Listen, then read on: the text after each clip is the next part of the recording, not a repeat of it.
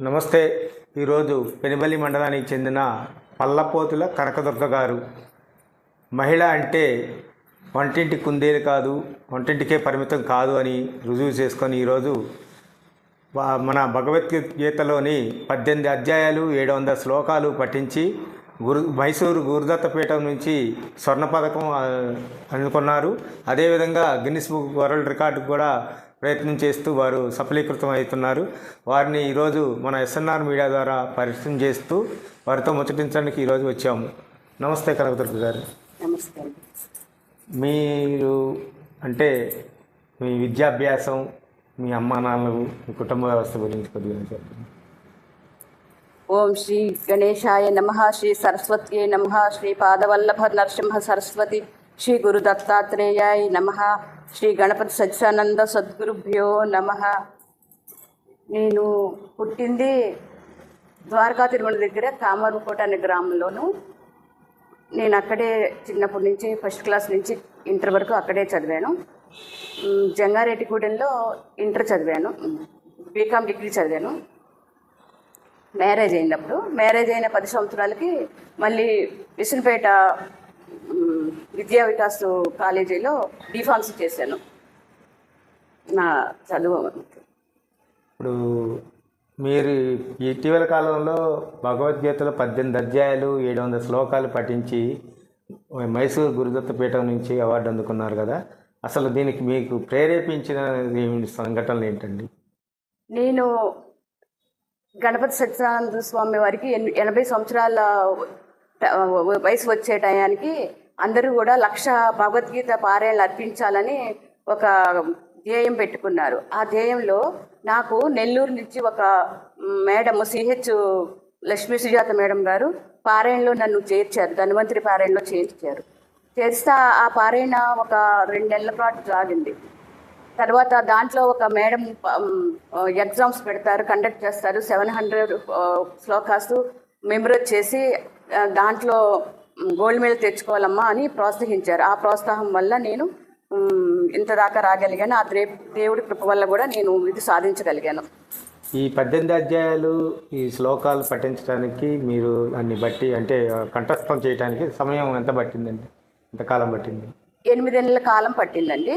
నాకు దత్తపీఠం వాళ్ళు నెల 30 శ్లోకాలు పఠనం చేపించి మాకు ప్రతి వారం టెలిగ్రామ్ అనే యాప్లో మేము స్లాట్ బుక్ చేసుకుంటే ఆ టైంకి మాకు 30 శ్లోకాస్లో ముందు నుంచి వెనక్కి నుంచి ముందుకి అడిగేవారు. మేము కళ్ళు మూసుకొని వీడియో కాల్లో చెప్పేవాళ్ళం.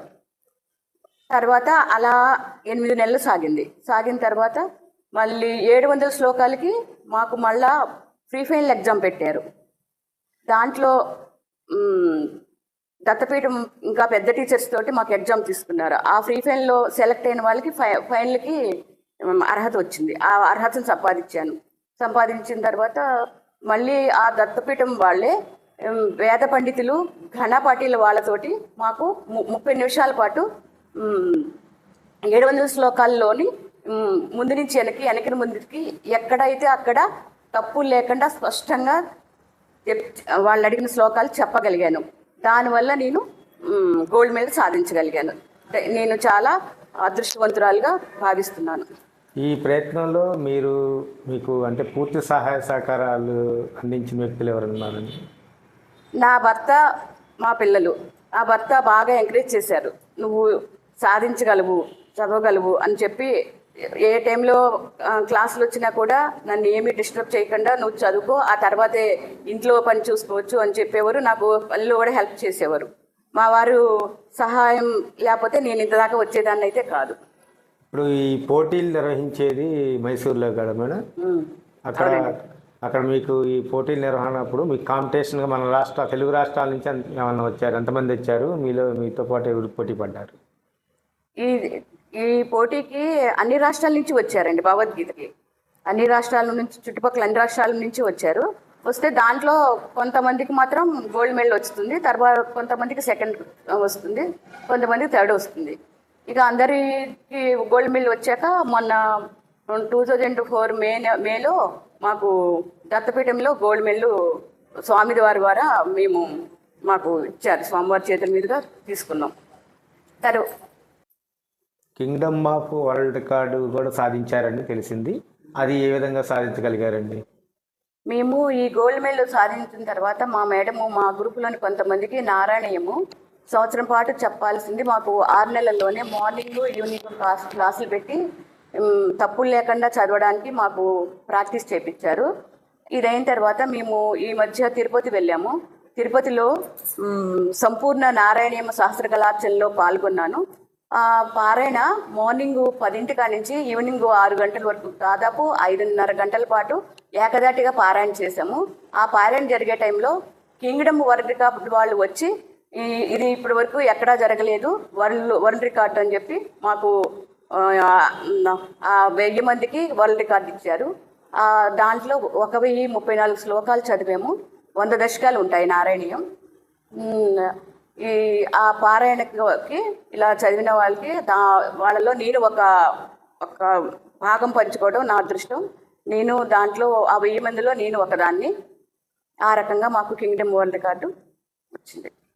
ఇప్పుడు కింగ్డమ్ వరల్డ్ రికార్డు సాధించారు, తర్వాత గురుదత్త పీఠం నుంచి స్వర్ణ పథకం సాధించారు కదా. అదే విధంగా మిమ్మల్ని చూసి అంటే కొంతమంది ఈరోజు మేము కూడా అలా అమ్మగారిలాగా మేము కూడా ఎదగాలి, ఆ విధంగా అవార్డు పొందాలి అనే వాళ్ళకి మీరు ఇచ్చే సలహాలు సూచనలు ఏమన్నా ఉంటే? భగవద్గీత ఇది ఒక శ్రేష్టమైన గ్రంథం. ఇది ఏ గ్రంథంలో లేనిది. ఈ గ్రంథాన్ని నేర్చుకునే అదృష్టం అందరికీ రాదు. ఇది అందరూ నేర్చుకోవచ్చు. చిన్నపిల్లల నుంచి పెద్ద పిల్లల వరకు అందరూ నేర్చుకోదగింది. దీన్ని నేర్చుకోవడం వల్ల మనకి జీవితంలో మంచి చెడులు కష్టాలని ఎలా దాటాలి అన్నీ తెలుస్తాయి. ప్రత్యేకంగా చిన్నపిల్లలకి చిన్న వయసులో నేర్పితే వాళ్ళ క్యారియర్ చాలా మంచిగా తీర్చిదిద్దుకోగలుగుతారు. మంచి చెడు వాళ్ళకి అర్థమవుతుంది. అందుకని నేను ప్రతి ఒక్కళ్ళు నేర్చుకోవాలనుకుంటున్నాను.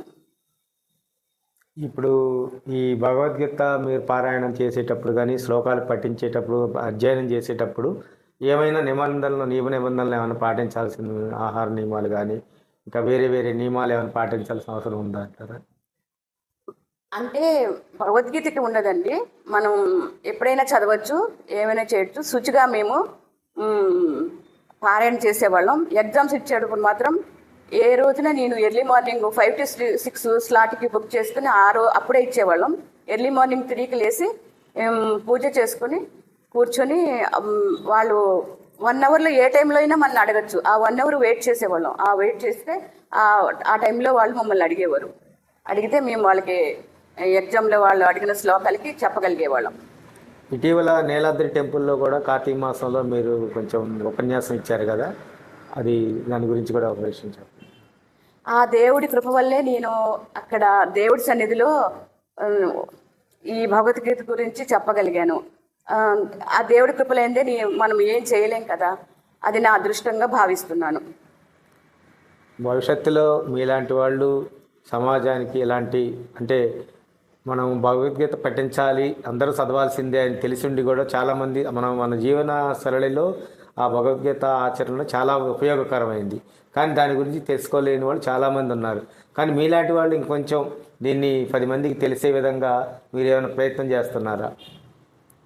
ఈ అధ్యయనం గణపతి సద్గురు ఆశ్రమ వాళ్ళు ఈ రకంగా ఎగ్జామ్స్ పెట్టి కాంటాక్ట్ చేసి వీళ్ళకి ఇట్లాంటి ఫ్రేజులు ఇస్తున్నారు కదా. ఇలాంటి ఆశ్రమం వాళ్ళు ఎవరైనా కూడా, ఇంకా చాలా ఆశ్రమం వాళ్ళు కూడా ఇలాంటి ప్రోగ్రామ్స్ చేసి అందరినీ సహకరిస్తే ప్రతి ఒక్కళ్ళు ఈ రకంగా భగవద్గీతను నేర్చుకోగలుగుతారు, అందరూ ముందుకు వెళ్ళగలుగుతారని నేను అనుకుంటున్నాను.